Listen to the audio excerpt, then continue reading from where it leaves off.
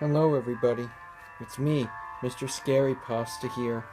Since Halloween happens to be right around the corner, I thought it would be the perfect time to do a Halloween-based video. It will not be a creepypasta video like the other two, but this will be a Halloween-based video like I said.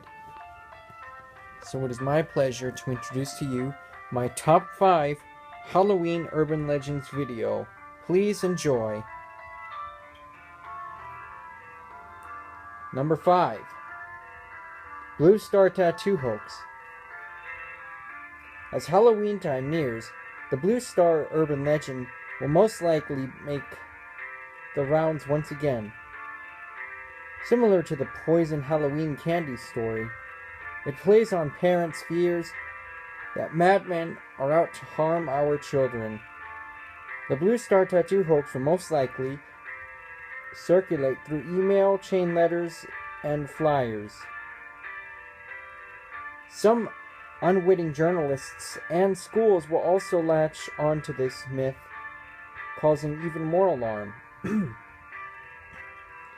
letters and flyers claim that ruthless drug users and dealers are targeting school children with the Blue Star rub-on tattoo, which is laced with LSD and is absorbed into the body just by handling the tattoo. Typical to alarmist warnings, the text is full of capital letters and exclamation points stating, "This is very serious," and "Forward this message to everyone." Wrapped in foil and only the size of a pencil eraser, the Blue Star tattoo is said to be on a small piece of paper containing a blue star which is laced with LSD. Adding further alarm value, with some tattoos are also reportedly laced with strychnine, a deadly poison commonly used to kill rats. For further appeal to children, other tattoos are said to bear the bootleg image of popular cartoon characters such as Disney characters, Mickey Mouse, Superman, clowns, butterflies, and later on Bart Simpson. Is there any truth to the Blue Star tattoo rumors? So far, there have been no documented cases of tattoos laced with LSD or strychnine being distributed by drug dealers to children. They don't exist, so there's no need to fuel this hoax. Chalk this one up in another classic Halloween urban legend.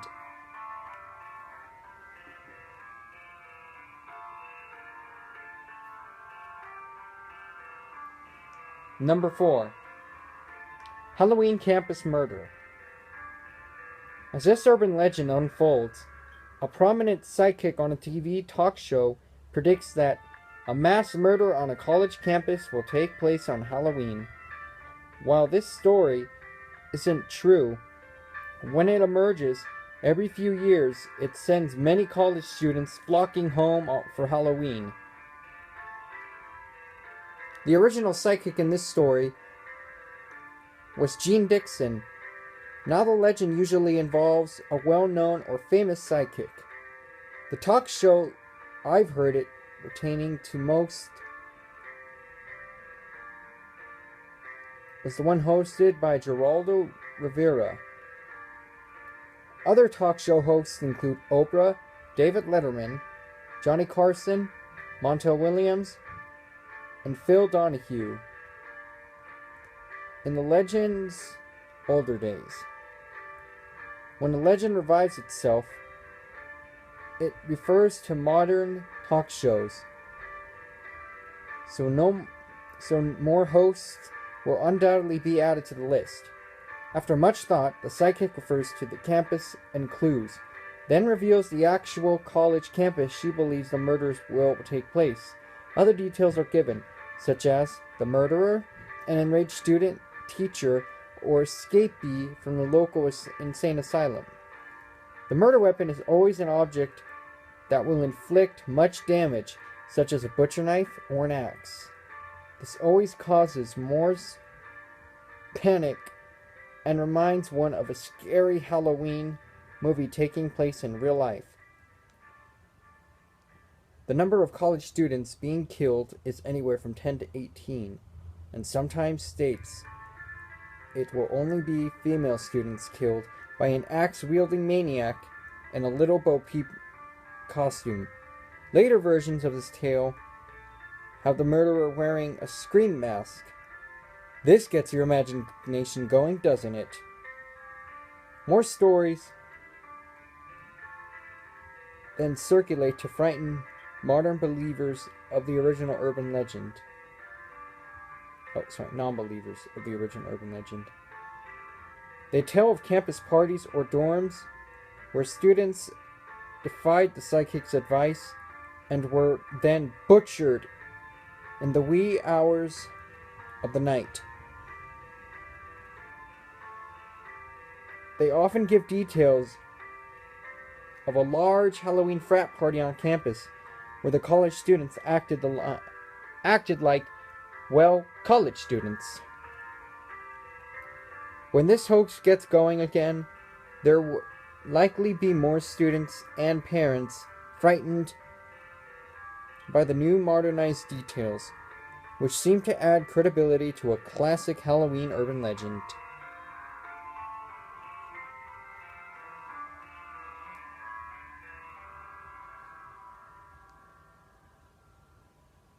Number 3. 5-level Halloween haunted house. How about the Halloween haunted house that is so scary that nobody can ever complete their tour? So-called witnesses claim this house has 5 stories, or levels, that get scarier on each floor, and that most visitors turn back or just disappear. The story is a very interesting urban legend that shows itself in the fall around Halloween. It often changes locations, depending on the writer. It's been reported to be in Ohio, Texas, and Michigan, but no one can ever tell you exactly where it is. The person who claims to have been there is always a friend of a friend, or a cousin's friend, etc., etc., which is typical of urban legends because it can't be verified. It also never mentions who actually sponsors or funds the haunted house. The details have some twists and turns too, including the prizes for completing the tour. One version states that a $25 admission fee with $5 returned to the visitor after each level is completed. Not an easy task considering that each floor is scarier than the previous. Another version includes a large cash prize for anyone who can tour all the levels, which has never been done. Some simply claim that you can get your entire admission fee back upon completion. To add some scare tactics, the stories elaborate about those who have been in the house and were never seen again. Some people disappear between the 4th and 5th levels. One guy was found almost scared to death, white hair and all. Of course, he had to be institutionalized. It's kind of like telephone game. The story gets better after it makes the rounds, and everyone has a chance to add their own scary element. Number 2. Mall terrorist attack on Halloween.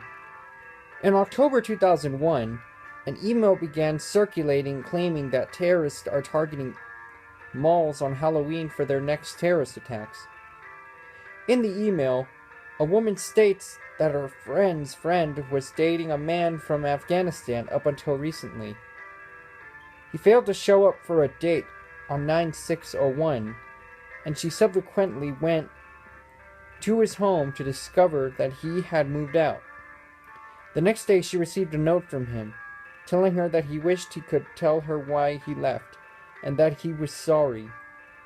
He then begged her not to go on any commercial flights on 9/11 or to any malls on Halloween.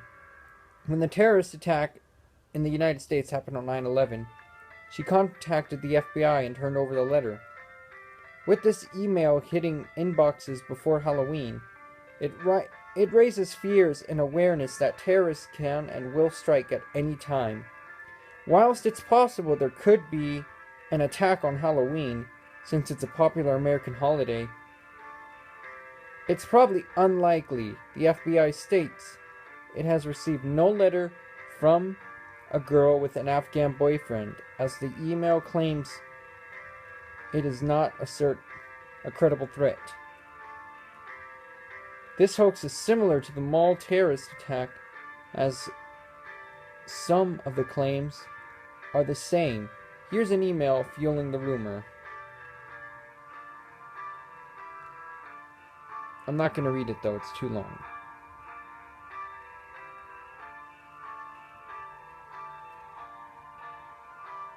Number 1. Poison Halloween candy. On Halloween, it's a parent's worst nightmare and a child's deepest fear. A little ghost or goblin receives poison candy while trick-or-treating and is harmed with physical and mental scars, or worse yet, fails to survive at all.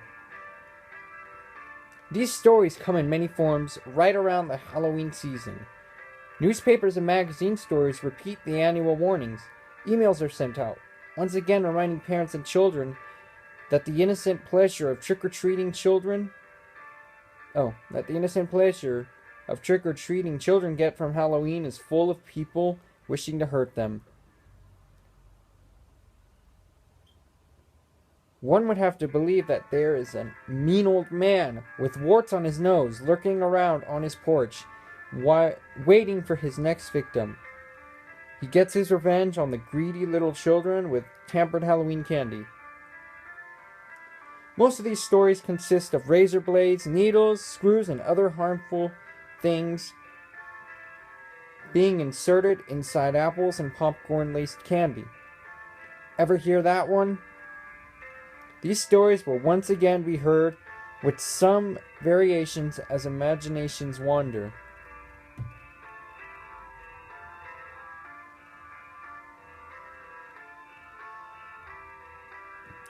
I remember trick-or-treating years ago with a sense of security until the stories would emerge once again, making me afraid to turn the next corner.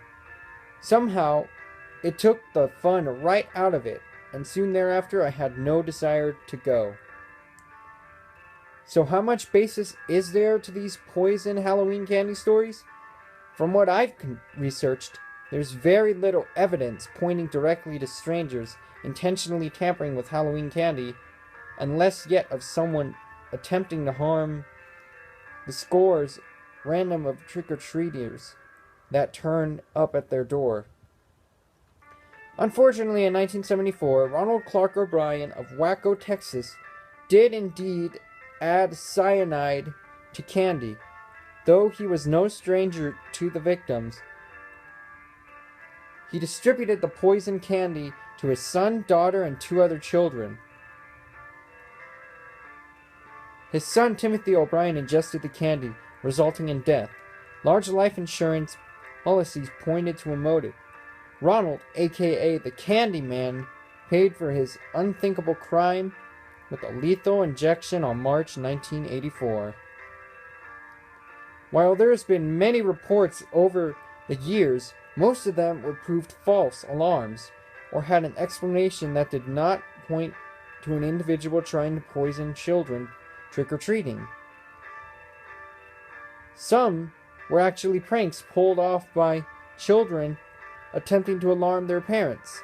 Still, with the media attention and the possible threat, this Halloween urban legend will never die. Because of the ideas it may give some insane vindictive person, precautions must be taken. Unfortunately, Halloween will never be the same as it was back in the good old days. And this legend makes number 1. Thank you for listening to the video. I hope you enjoyed my top 5 Halloween urban legends. And if you have any suggestions of your own you would like to send me, please leave a comment below, and I'll answer you back as soon as I can. Thank you. And please subscribe.